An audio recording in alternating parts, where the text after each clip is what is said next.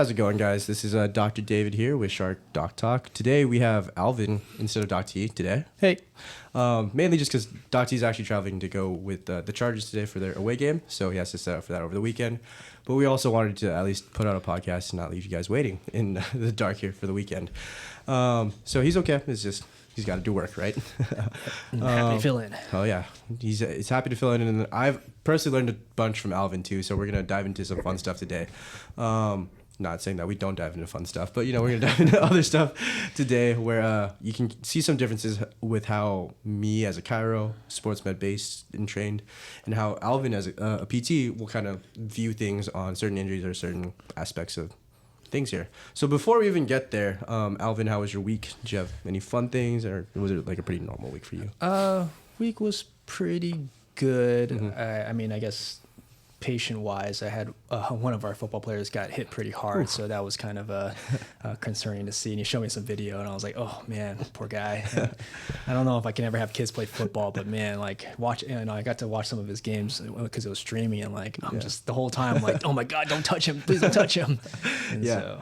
Oh yeah, that one's. I know who you're talking about. It's it's always funny to see them on the rehab floor, right? And then to see them in game action where they're gonna get hit. It almost feels like it's a project that you've worked on and you don't want it to fall or break. Totally.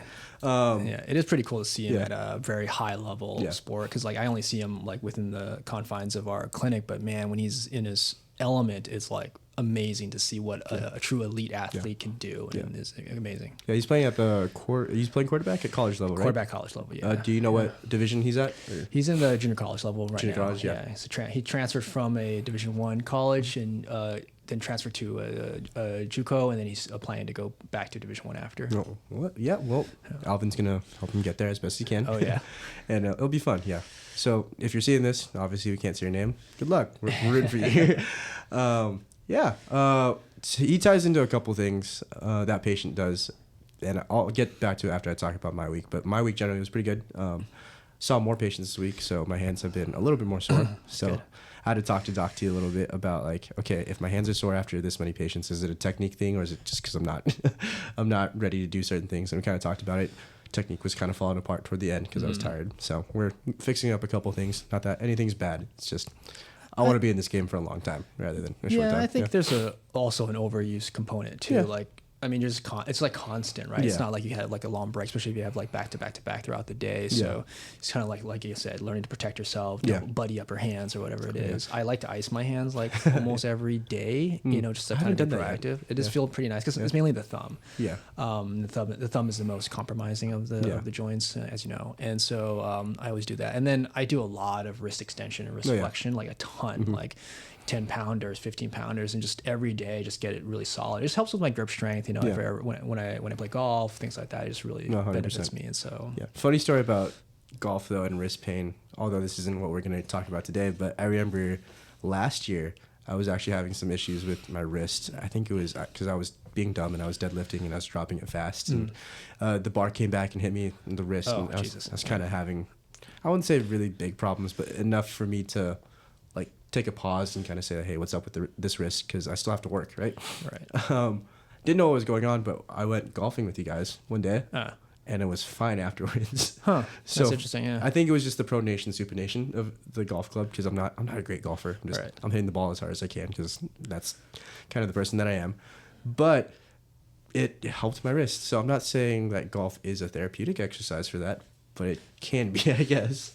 Oh yeah, grip strengthening, right? Yeah. Like, I mean, even just thinking about like isometrics, right? You're basically just holding on for dear life on that club sometimes, and that in itself can be therapeutic. Yeah. So if there's wrist pain, go ahead, try it. I like that little anecdotal evidence. I like that. Yeah, I'm not saying it's scientific by any means, but hey, give it a try. Yeah. But back to the athlete that you talked about, it kind of reminded me of one of my patients that I am currently game planning for, or I guess you could say making a plan to care for, really.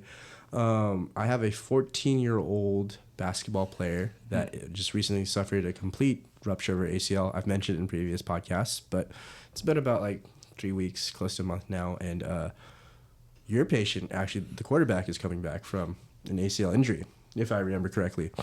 So there's a lot of overlap here in what we talk about and what we do. So I'm curious about like how do we attack it, right?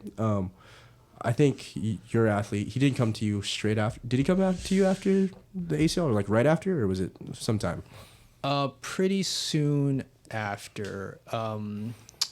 Fortunately for him, it didn't actually seem like complete. Yeah. And so we kind of managed it as more of conservatively in terms of like see if we can get him back before he really even needs it, and he didn't really need it at all. And that's why kind of looking back, I was like, I don't think it was complete at all, because after his treatments and his other stuff that he's been doing, he looked perfectly fine. His range of motion was really good early on. I mean, mostly it was just swelling in the beginning, but for the most part, he recovered relatively quick. So that's why I didn't think it was a complete tear. And so, what's it called? Yeah. Does she have any limitations? Right now, I mean, it's been a week since I've seen her, so she's been changing recently. When it first happened, they literally called me like right after it happened. Right. So the first time I saw her, obviously crutches, kind of walking around, turned black and blue. It was already pulsating on her. When it happened, I didn't want to say what happened immediately, because the gold standard is still going to be the image. Right. And some of the tests that you do off the top will be either false negatives or false positives because of all the swelling that's there. Right. And you don't want to scare the person anyways. Yeah, I don't want to scare the person anyways. But we were able to get the image on that one. But for her, right off the bat, I kind of gave her just your basic range of motion stuff to do. So like some basic heel slides and TKEs as best as possible. Terminal knee extensions. I realize I'm short phrasing it for everyone out there. Terminal knee extensions, just to get the knee moving. But within 2 weeks, she was like walking without a crutch. When I measured with the goniometer, she still was lacking about 10 degrees of extension that I wanted.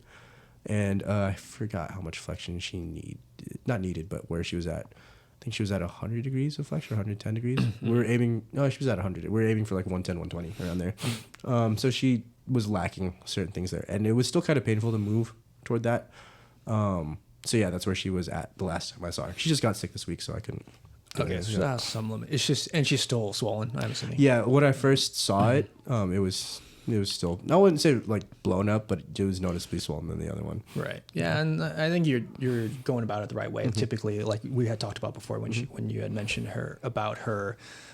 It's the swelling is the biggest one, right? Trying to get the swelling controlled down, elevation. And I always tell people what elevation is. It's not simply, just above the heart or you're laying down in some pillows. It's literally you're on the floor, your feet are on the wall, and you're about like almost 90 degrees up for about 10 to 15 minutes, like 3 times a day, right? Yeah. And so elevation is your best bet, right? Ice is okay in the beginning. That'll help with some of the swelling, but elevation, using gravity is really the best way to get some of the swelling out of there. And I stress that a lot for most people. So if you're post-op, 3-4 months later and you're still got swelling, you got to elevate that a ton. Like swelling can prevent a lot of range of motion, can cause a lot of pain. It's a big culprit for a lot of these symptoms that you have. And until that's gone, it's really hard to tell kind of where you're truly at. Yeah, 100%. 100%. And like you talk about getting back flexion, even with her, did she had her MRI? She had her MRI the same day. Yeah. It said full thickness. Yeah, full thickness, complete tear. Right. Yeah, and so they can still recover a majority, probably most of their range of motion, especially into flexion, even without the surgery. So trying to getting that back as quickly as possible. Yeah. If you can get back to past 120, 125, that's like really great. And obviously extension is the most important part. Even pre-surgery, prehab, and post-surgery is getting extension back, like 100%. 0 and even past 0 if they can get past 0. Yeah, that was the biggest thing that I was trying to stress to her and her family, which I love her family too, because they actually are listening to me now, which is this is fun. Whenever we talk about like surgery for an ACL case, obviously when I tore my own ACL, it's a very somber type of morning whenever you hear about like, hey, this is what I need, this is how long it's going to take, and X, Y, and Z, right? Now, I'm not saying that every ACL case is a surgical case, like as you were saying with your athlete, but for her, she's a 14-year-old basketball player. She's already getting scouted for certain things. Right. And I kind of asked how she tore it. It was doing, quote unquote, one of her moves. So it's going to be in positions that are... Right, probably non-contact. Not non-contact. It wasn't non-contact. Yeah, she just it was fell. really common, yeah. So for her, I'm like, it's going to be higher on the list, and let's consider it. However, before we even say you're going to get surgery, the biggest thing that, at least I believe, is that we should get you strong as best as we can beforehand, right? I'm not saying we start 100% weight training right then and there, right. But the more mobile and the more strong you are prior to the surgery, the easier the post-surgery rehab is. Yes, prehab training for any type of surgery is like ideal, especially with something like an ACL. Getting that quad super strong, getting those hamstrings as strong as you can, like using electrical stim, like neural muscle electrical stimulation, NMES, things like that. Like we have that. I have that if you need me to, you want to use that. Oh, cool. I'll steal that. Yeah, like that's a great thing. You can do BFR probably with that as well in That's combination. Yeah, with NMES, as long as the swelling is controlled, right? Just get her super strong, and I mean she just hopefully once her weight bearing is a little bit more tolerable, then you start doing like box squats, TRX squats. Like they can, once the swelling is gone, they almost seem like they're getting close to normal, right? Even though the knee's a little unstable, so they can do quite a bit. So getting back to that as quickly as she can. Then like you said, like if she can rehab, then her post-hab is way faster. Right? She'll get back that extension and flexion really quick. Her quads will already be really strong, and then just managing the swelling and the tissue healing in itself. And then like we always talk about with ACL is like getting her past that 6 to 8 week mark, right? That would be like 6 to 8 month mark is where you want to protect the graft or whatever she's using as much as possible, because that's a very high incidence of re-tear. Right. So if we can get her really strong in the beginning and then get her past that 6 to 8 month mark, then cool. Like we're and then obviously doing our standard measures, objective measures, in order to kind of make sure she's clear to play again, then that'd be a great thing. I mean, that's like the whole protocol of doing ACL. But general protocol for the ACL there. You mentioned some objective findings or like objective tests to make sure that they are ready to go back to play, right? What are some of the things that you like to see in an athlete before they are like, hey, you're good to go? Yeah, this one is like, it can be because it's a little different. I feel like it's kind of, I don't want to say controversial, but a lot of people have different measures now. And so it used to kind of be like the Y balance test, where they're kind of like a single leg and they're kind of reaching out in a Y formation. And so that one was pretty standard, relatively standard for a while. There's the single leg hop test, which was also a pretty standard one too. Even that one, people are like, it's not enough. You have to have like actual force measurements, like what's your quad to hamstring strength ratio, right? Is how close it is to equal as possible, things like that. So it should be pretty robust, not robust. Just like comprehensive. That's a better word, in terms of like in terms of the strength or single leg mobility and overall mobility of the knee itself. Single leg stability and overall knee mobility itself, to kind of really get to the point so they're to return to sport. Yeah, so 100%. I've definitely seen people break out like force plates to kind of see on both sides. I'm actually a fan of leaning toward that direction. Obviously, not everyone has access to a force plate or anything there. But yeah, your general strength should be pretty close to where it was before, right? Now, am I saying it's going to be stronger or less stronger right after? I don't know, right? It's based on your rehab and what your goals were. But also, like, to me, I'm like, do you also have to make sure they are comfortable getting in those positions as well? Oh yeah, 100%, right. And so, unfortunately, a lot of if you're going to kind of like a typical clinic, they'll kind of get you going, and then maybe after the 5 or 6 month mark, when you're already kind of walking and running, they're like, oh, you're good to go. And then when most of them haven't really done their sport, they haven't done like a crossover, or they haven't done a step back, they haven't actually played a 3-on-3 or without a defense, things like that. And those are things that they have to kind of get through, even just psychologically, so they know that they can trust their leg again, which is a really important part. And so, there's a lot of different things you can do to kind of test her, or at least put her in, expose her to different positions, challenging her in different positions, using like our giant super band that I got. I was using that today. It's kind of fun. It's really fun, and you can really test them and put them in a lot of weird positions that allows them to stress the knee a little bit, and so that's going to be required of them in their sport. 100%. I saw you kind of doing that with your athlete over there. I almost said his name. That's a good catch. Editing this too, so props to me. I saw you kind of doing that with your athlete there, especially in the last couple months, where it got more than just, let's go straight in the quad. You started doing other things in multiple planes. What was your thought process on that, and what was your attack when making kind of those rehab? So the hard part too is like kind of like strength training, with lifting. It's like you kind of have to go through cycles as well, right? Like different. You're in the hypertrophy phase or power phase, and so with him, when he's getting closer to season or at season, it's like, okay, what are you prioritizing, right? So I don't need him to 1 rep max all the time, right? I don't need him to get. It's fun. I don't even really need to get him to 70% of his effort. What I need is like challenging dynamic stuff in different positions under fatigue. Yeah. Right. And so if we can get that done and get him comfortable with that, then I'm much more confident in him being out there, and he's a lot more confident being out there. And different planes, as in like lateral, like forward and back, rotational stuff, and that super band I'm talking about, like it's literally like those loop. But it's bands, really big. but it's a huge. Yeah. And so is that it like way, 6 feet? It's long. It's longer than 6 feet. It's probably like 12 feet. Okay. Yeah. It's really long. It's long. And it's hilarious. And so I don't know where to store it. yeah, I just hang it up. And so, but it's great. And so so now that he's kind of now that he is in season, I'm not trying to do a ton of like heavy lifting. He's practicing basically every single day, and then having a game. So he's got to prioritize a lot of recovery time, and then. Okay, then it's like, okay, where do I come in, right? Am I just doing pure quad strength? Like, no, we got to at this point, no. Let's test him in stuff in positions that he may have to get into, and he's playing, especially stuff like deceleration, right? Like forward deceleration when he's back. I mean, I remember he used to complain about, not complain, but he used to tell me about like when he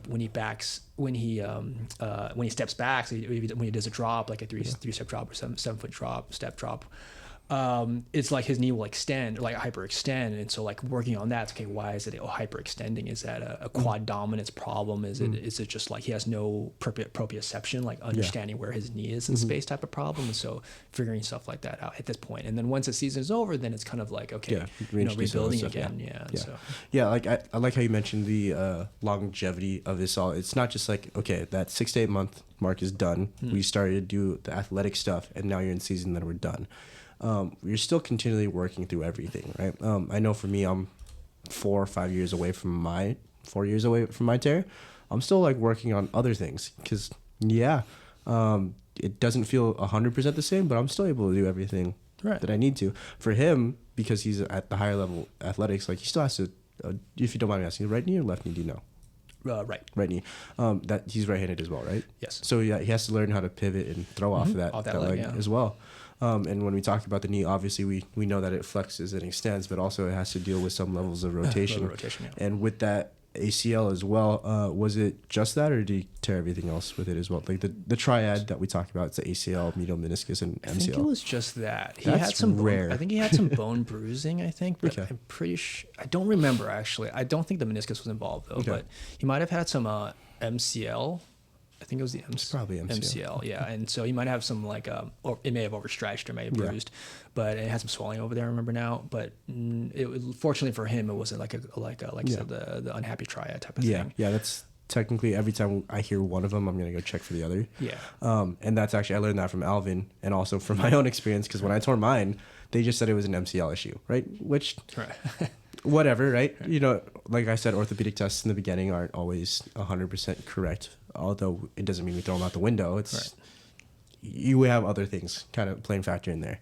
But yeah, to check the MCL and see how it does in lateral planes, and then how does the ACL deal with like those the translation of the when your knee moves and turns is really important to a sport, right? I saw that you're doing a couple single leg hop things there. What was your thought process on that for him? So single leg stability, that's the big one. Dynamic single leg stability, right? So so the hop test, right? What's a hop test? The single leg hop test is like you go, how far can you jump on a single leg 3 times, and then you do it on the good side, and you do it on the bad side, the affected side, and then you kind of make sure it matches or it gets as close as possible. That's basically essentially the test.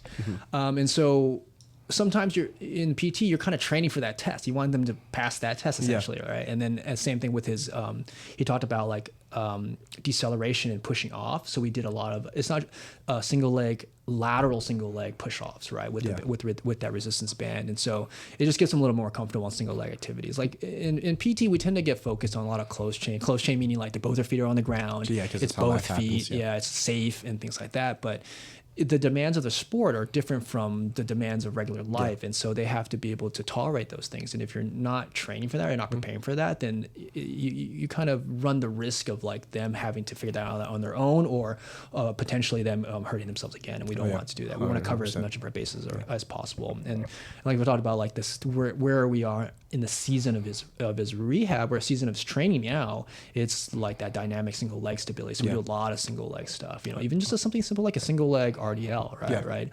And so that's a really good, relatively dynamic way to engage a lot of tissue, not just simply, the quad, it's like, the hip hinge and the glutes and the hammies and all that stuff. And so. Yeah. Like, obviously there's going to be, like what you said earlier, like there's going to be like a quote unquote hypertrophy phase. There's going to be just an overall, like just strength phase of the rehab. And like how we and Alvin talk, we often think about it as like just training in general. It's just with the presence of injury, right?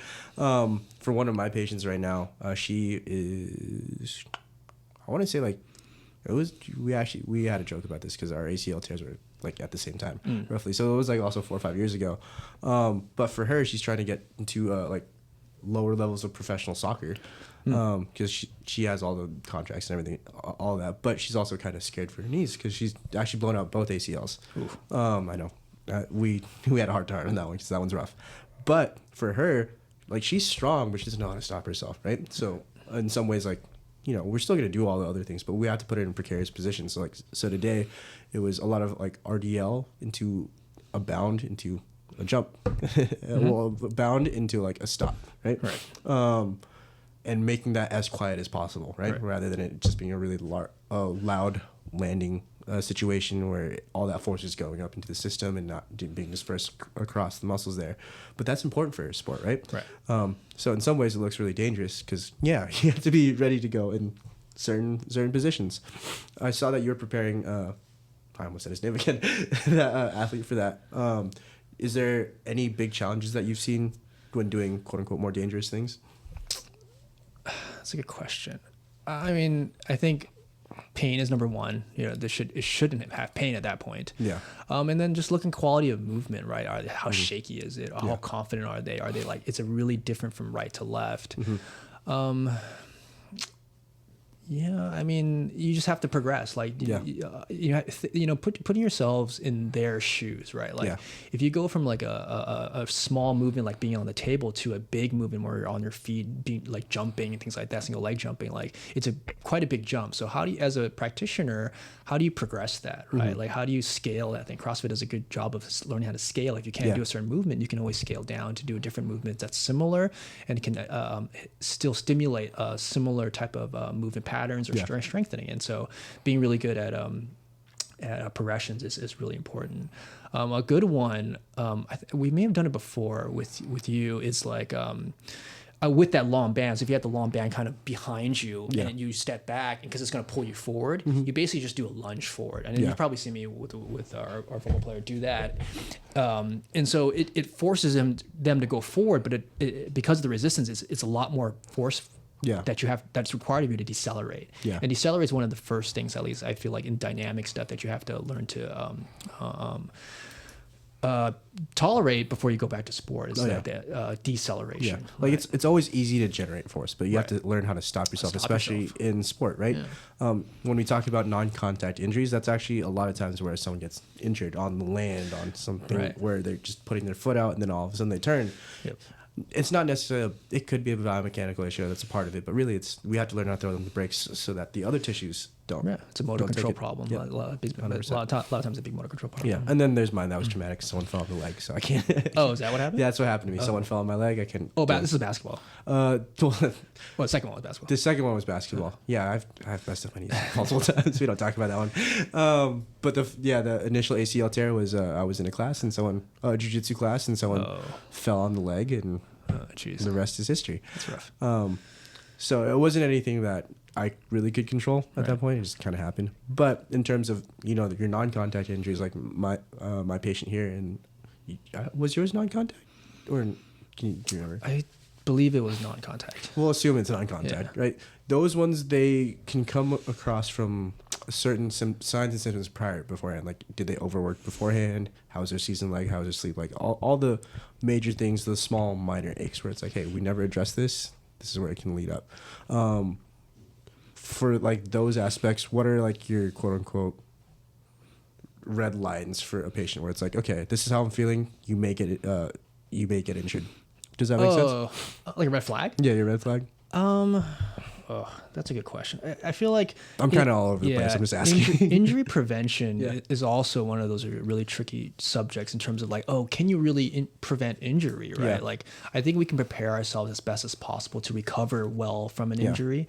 I think that's relatively easier to think about, but like there are things like SFMA, FMS that kind of work on showing what are some limitations in your movement patterns that can potentially make someone more at risk if they can't do this level of squat, if they can't do this level of overhead positioning. But honestly, I feel like it's really hard to predict if someone can will have a certain injury. I think there's some people who are just prone to it for whatever reason. There's some people who they may not be very athletic looking, but they don't get hurt for some reason. And honestly, like I don't know. When people come to ask me and they're like, oh, we want you to work with this person to help prevent injury. And I'm always like, well, it's hard for me to be like, this is going to be the exact thing to help you. And because I don't want to, like, you get hurt, then it's my fault because I didn't prevent that. Like, it's really hard. But what I can do is build you, like we talked about before, is build so much resilience that the injuries are they're less traumatic. And if you do get hurt, your recovery is so much faster and you're able to get back as quickly as possible. Yeah. And so, like when we're talking about this injury specifically, right? There's so much to it, right? Like with mine was traumatic, non-contacts. There's only so much that you can really do. Right? Prepare for that. Right? You can't really prepare for random stuff, right? Yeah. Well, at least we try to, but you can't really do a whole lot with it. With that being said, right? I agree with Alvin. Like our goal isn't to 100% stop because we can't play those odds, right? There's always going to be at least a 0.001% that is going to happen, right? Even in the most safest position.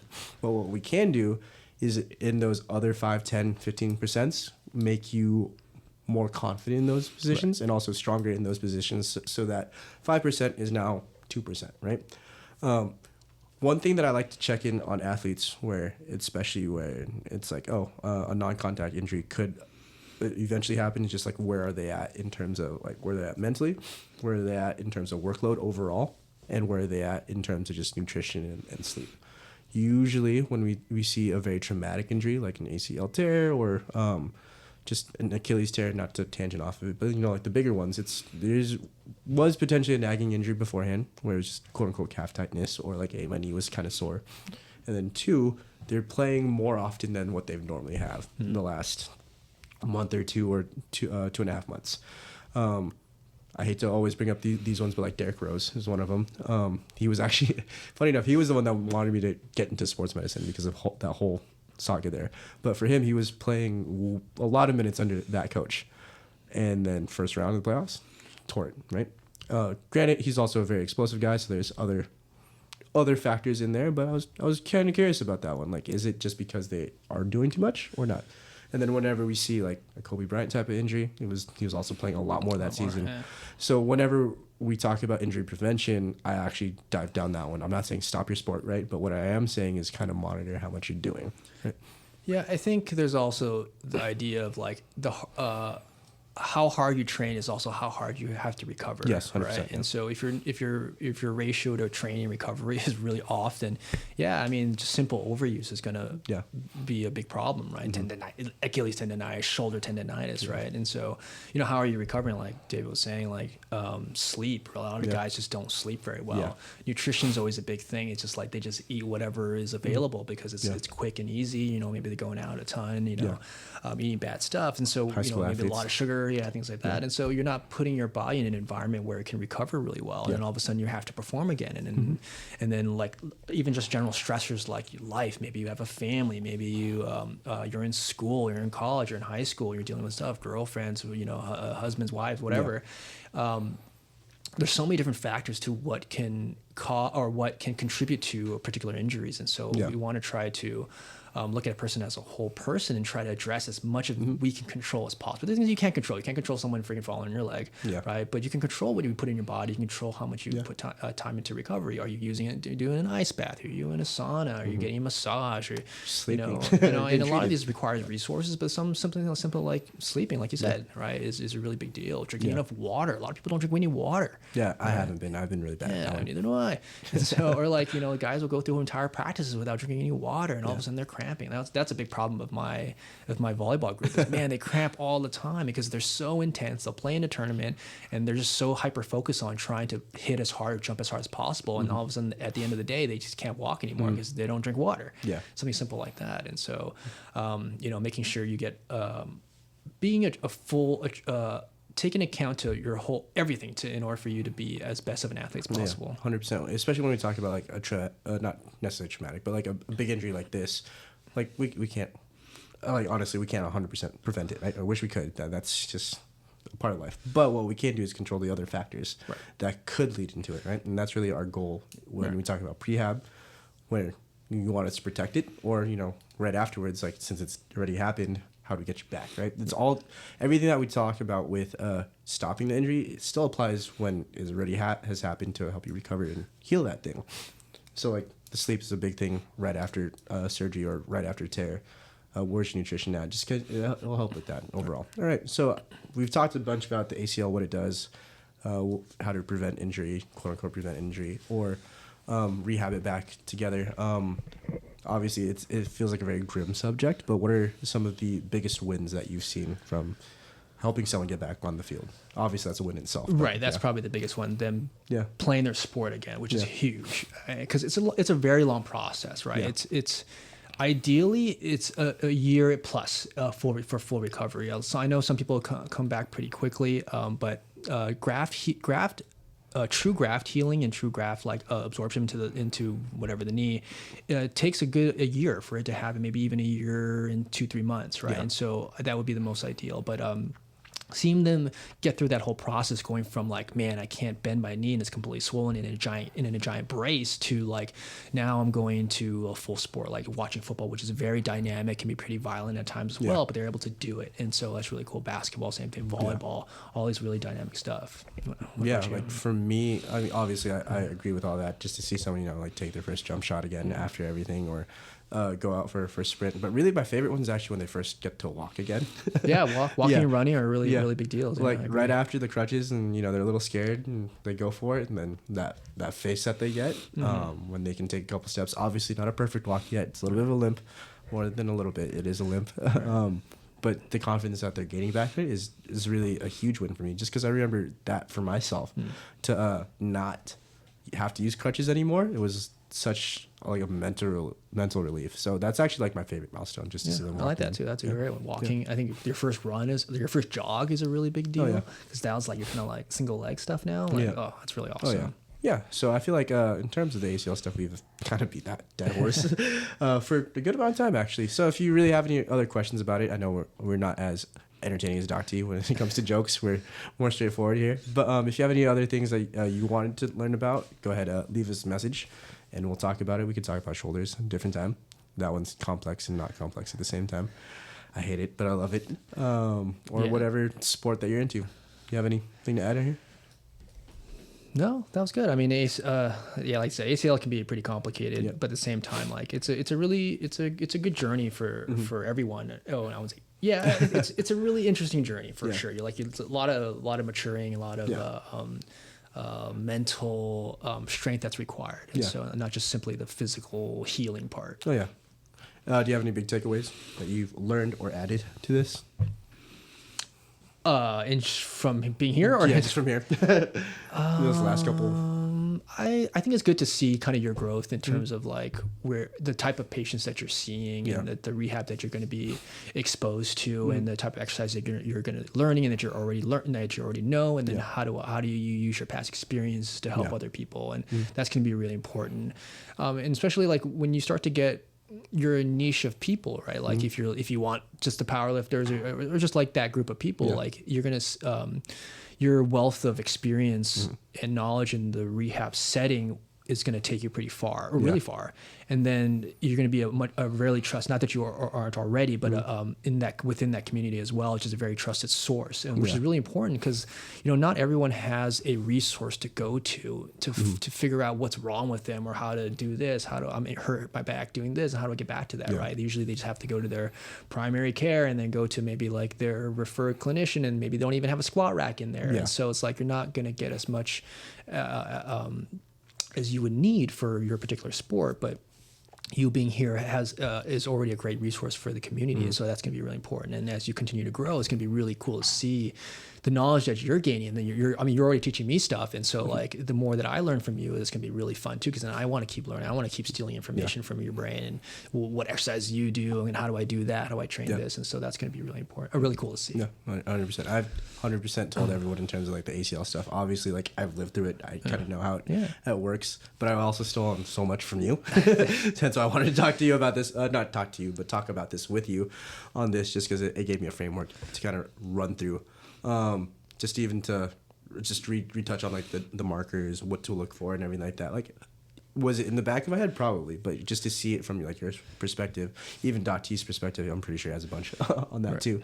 It's just great to see. So whenever you come into SHARC, you kind of get, you know, not just me, but the effects of Alvin on me and my effects on Alvin.